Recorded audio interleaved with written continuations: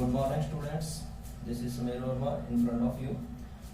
आज हम लाइट यानी प्रकाश का भाग सेकंड जो है वो स्टार्ट कर रहे हैं, यानी पार्ट 2 जो है वो हम आज स्टार्ट करेंगे। पार्ट 2 जो है उससे पहले बात करते हैं हम लोग पार्ट फर्स्ट की।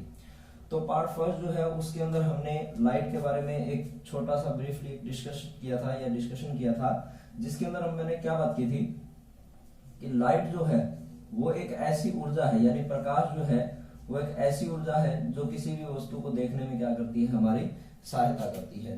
यहाँ पर मैं एक बार थोड़ा बहुत उसके बारे में वापस रिपीट कर देता हूँ फटाफट कि प्रकाश के बारे में हमने ये देखा था कि प्रकाश जो है वो एक सीधी रेखा में गमन करता है। सीधा सा एक पॉइंट था कि सीधी रेखा में गमन करता है। उसके बाद हमने ये देखा था कि उसकी अगर हम प्रकृति की बात करें तो वो दो प्रकार की प्रकृति जो है वो प्रदर्शित करता है, कणीय और तरंग प्रवृत्ति।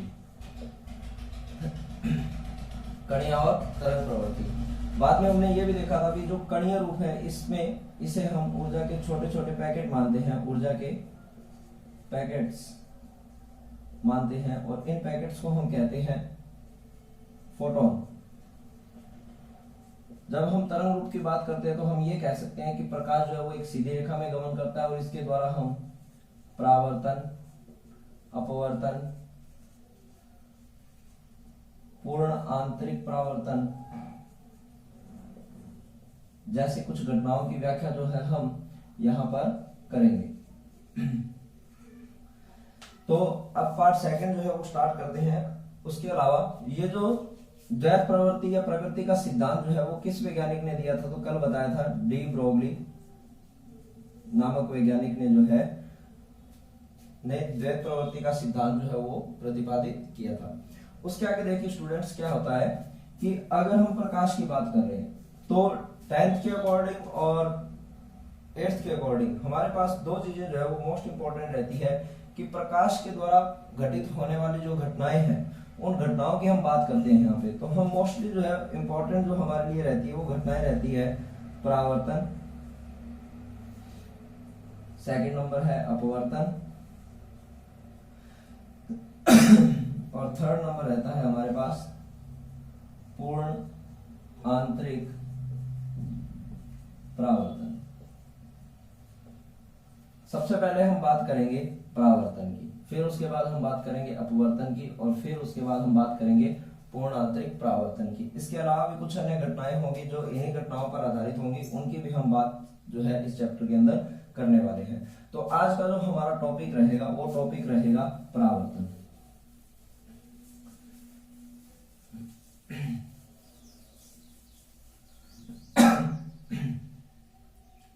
तो टॉपिक स्टार्ट करते हैं परावर्तन। सबसे पहले देखिए परावर्तन होता क्या है। परावर्तन का मतलब है, अगर मैं एक सिंपल सी भाषा में अगर मैं बात करता हूं तो परावर्तन के लिए मैं ये कह सकता हूं कि किसी भी वस्तु का दिखाई देना, ये किस घटना के कारण संभव हो सकता है, परावर्तन के कारण। क्योंकि देखो किसी भी वस्तु को देखने के लिए हमारे पास दो चीजें होनी चाहिए, पहला है नेत्र और दूसरा है प्रकाश। अगर हमारे पास नेत्र है, क्या है हमारे पास नेत्र है, और प्रकाश वहां पे अनुपस्थित है तो हम सही तरीके से नहीं देख सकते। दूसरा नेत्र नहीं है तो आप सबको पता है डेफिनेटली हम देख ही नहीं सकते। तो क्या होता है परावर्तन के अंदर भी किसी भी वस्तु का हमें स्पष्ट रूप से दिखाई देना क्या कहलाएगा, परावर्तन कहलाएगा। कैसे कहलाएगा देखते हैं ध्यान से। देखिए परावर्तन की घटना के अंदर क्या होता है, सबसे पहले अगर मैं इसकी परिभाषा को लेकर के चलता हूं, यानी मैं इसकी परिभाषा की बात करता हूं परावर्तन की, तो परिभाषा क्या बनेगी देखिए कि प्रकाश किरणों का किसी परावर्तक पृष्ठ से टकराकर पुनः उसी माध्यम में लौटने की घटना क्या कहलाएगी? परावर्तन कहलाती है। नॉर्मल हम ये भी कह सकते हैं, या फिर प्रकाश किरण का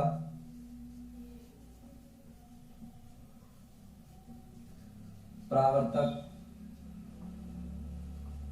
पृष्ठ से टकराकर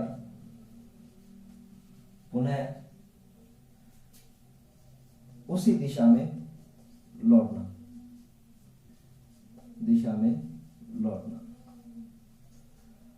ये भी क्या कहलाएगा?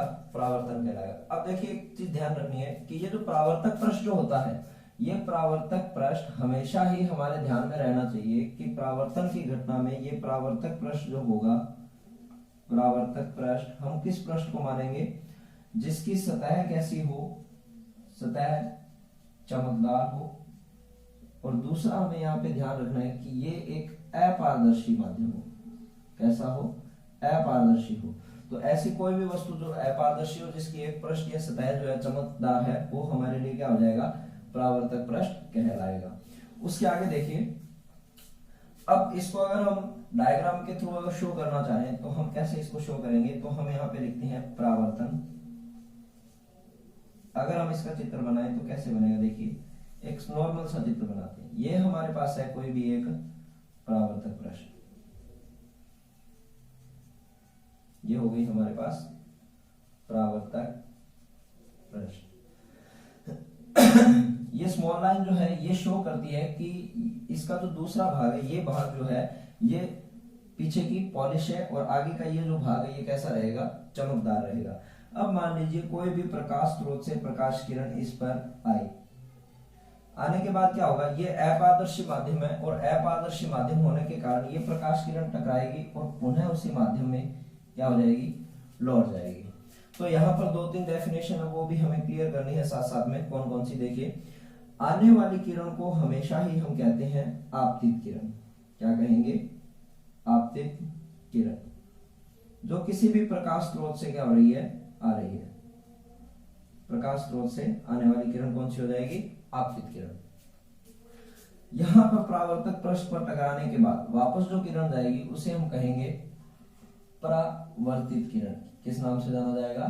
परावर्तित किरण के नाम से जाना जाएगा। आपतित किरण और परावर्तित किरण ये दोनों देखिए यहां पर एक बिंदु पर मिल रही है। इस बिंदु को अगर मैं यहां से एक डॉटेड लाइन से शो करूं इस तरीके से, यानी इस पूरे पृष्ठ पर मैंने एक लंब बना दिया, तो ये जो लंब है ये क्या कहलाएगा? अभिलंब कहलाएगा। क्या कहलाएगा? अभिलंब।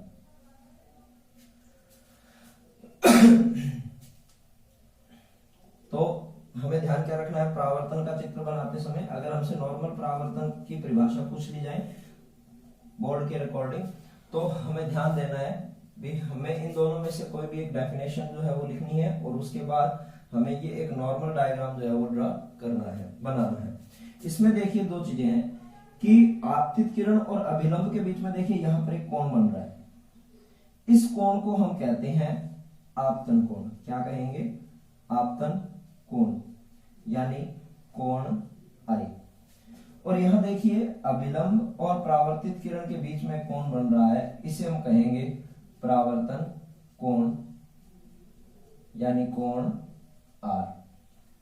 तो ये 2 कोण जो है वो भी हमें पता होने चाहिए, कोण आई और कोण आर। तो नोट कर लिया होगा, टाइम देते हैं थोड़ा, नोट कर लीजिए। वापस रिपीट कर रहा हूं कि परिभाषा सबसे पहले हमें ध्यान रखनी है, इन दोनों डेफिनेशन में से कोई एक डेफिनेशन लिखनी है, ज्यादा कोई डिफरेंस नहीं है, सिर्फ इतना सा है भी परावर्तक पथ से टकराकर या तो उसी माध्यम में लौट जाए और या फिर पुनः उसी दिशा में लौट जाती है। दूसरा कि अगर परावर्तक पृष्ठ है तो उसके बारे में हमें ये 2 बातें पता होनी चाहिए कि सतह जो है वो चमकदार होती है, अपारदर्शी होती है। डायग्राम की अगर हमसे बात करें तो आपतित किरण, अभिलंब, परावर्तित किरण, परावर्तन कोण, आपतन कोण, ये हमें पता होना चाहिए। इनके बारे में वैसे ज्यादातर पूछा नहीं जाता, बस सिंपल आपको पता होना चाहिए कि आपतित किरण आने वाली किरण को, परावर्तित किरण वापस जाने वाली किरण को, अभिलंब जो बीच में एक 90 डिग्री का एंगल हम बनाएंगे, और आपतन कोण और परावर्तन कोण, इनकी डेफिनेशन थोड़ी सी इंपॉर्टेंट है, तो वो मैं आपको भी यहाँ पे नोट करवा रहा हूं।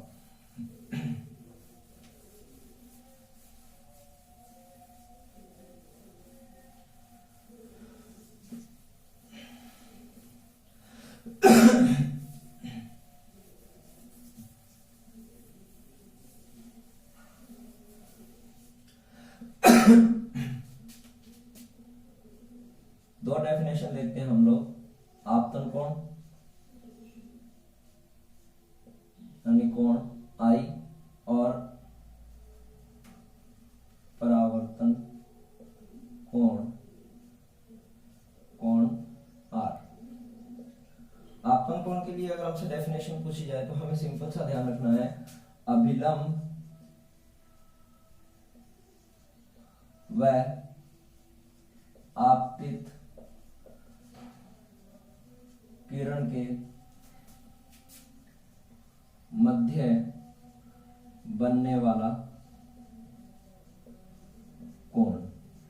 और परावर्तन कोण अगर हमसे पूछा जाए तो हमें क्या लिखना है इसके लिए, वही अभिलंब व परावर्तित किरण के बीच या मध्य बनने वाला कोण। देखिए डायग्राम के थ्रू दोबारा चेक कर लेते हैं। देखिए ये आपके पास कोई भी परावर्तक पृष्ठ था, यहाँ पर ये किरण हो गई, ये आपतित किरण, ये परावर्तित किरण, ये अभिलंब। देखिए आपतित किरण जो है, अगर मैं इसे आपतित किरण मानता हूं तो ये अभिलंब है, और यहाँ जो कोण बनेगा वो हमारे लिए कौन सा हो जाएगा, कोण आई। अगर मैं इसे परावर्तित किरण मानता हूं तो यहाँ और अभिलंब के बीच जो बनने वाला कोण हो जाएगा वो हो जाएगा कोण आर, यानी परावर्तन कोण। अब आगे हमारी जो हेडिंग रहेगी, नेक्स्ट हेडिंग लगाइएगा परावर्तन के नियम। मोस्ट इंपॉर्टेंट नियम है परावर्तन के नियम। सिर्फ दो नियम हमें यहाँ पे पढ़ने हैं। कितने नियम पढ़ेंगे, दो नियम। देखिए परावर्तन के जो नियम हैं वो नियम बहुत ही इंपॉर्टेंट है। और आपको एक बात और बता दूं कि इन नियमों के अंदर जो पहला नियम है वो अपवर्तन में और परावर्तन में दोनों में एक जैसा ही रहेगा। और इसके नियम का उपयोग बड़ी जो आपके आगे कंपटीशन एग्जाम होते हैं उनमें काफी बार उससे रिलेटेड क्वेश्चन आया हुआ है। अभी कंप्लीट करते हैं उसको, फिर बात करेंगे। देखिए पहला नियम क्या कहता है, फर्स्ट नियम क्या है इसका, कि आपने देखो इस डायग्राम को देखो ध्यान से। इस डायग्राम के अंदर क्या हो रहा है कि एक बिंदु है, इस बिंदु पर आपको आपतित किरण भी मिल रहे हैं, परावर्तित भी मिल रही है, और अभिलंब भी यहाँ पर हमें प्राप्त हो रहा है। तो मैं ये कह सकता हूं कि परावर्तक पृष्ठ के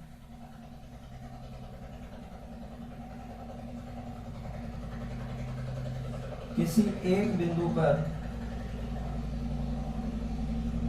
परावर्तक पृष्ठ के किसी एक बिंदु पर आपतित किरण, परावर्तित किरण व अभिलंब तीनों प्राप्त होते हैं। सही है ये बात। दूसरा देखिएगा, दूसरा जो है वो क्या है, सिंपल सा एक लाइन में याद रखिए, कोण आई बराबर कोण आर ऑलवेज। इट मीन्स क्या मतलब हुआ इस चीज का, कि कोण आई का मान कोण आर के हमेशा ही बराबर रहेगा। कब, जब घटना हो रही है कौन सी, परावर्तन की। कोण आई कोण आर हमें अपवर्तन में भी मिलेंगे, पर हमें याद रखना है कि परावर्तन में कोण आई बराबर कोण आर होगा हमेशा। तो इसमें हम सबसे पहले स्टार्ट करते हैं। देखिए इसको अगर मैं लाइन में लिखूं तो क्या लिख सकता हूं कि परावर्तन की घटना में, कौन सी घटना में, परावर्तन की घटना में कोण आई का मान सदैव कोण आर के क्या होता है, बराबर होता है। ये हमें जो है वो याद रखना है। कैसे, एग्जांपल से समझते हैं। फॉर एग्जांपल मान लीजिए मैंने आपको एक क्वेश्चन दिया और उस क्वेश्चन के अंदर मैंने आपसे ये पूछा कि ये एक डायग्राम है,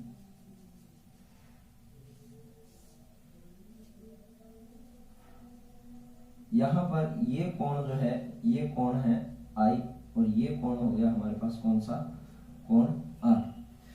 अगर मैं आपसे यहां से पूछता हूं कि दिए गए चित्र में यदि कोण आई का मान 40 डिग्री है, कितना है, 40 डिग्री है, तो कोण आर का मान कितना होगा। कुछ नहीं करना है, सिंपल सा हमें देखना है कि परावर्तन और अपवर्तन की घटना के परावर्तन की घटना में सदैव जो है कोण आई का मान किसके बराबर होता है, कोण आर के बराबर होता है। तो यहाँ पर कोण आर का मान भी कितना हो जाएगा, 40 डिग्री हो जाएगा।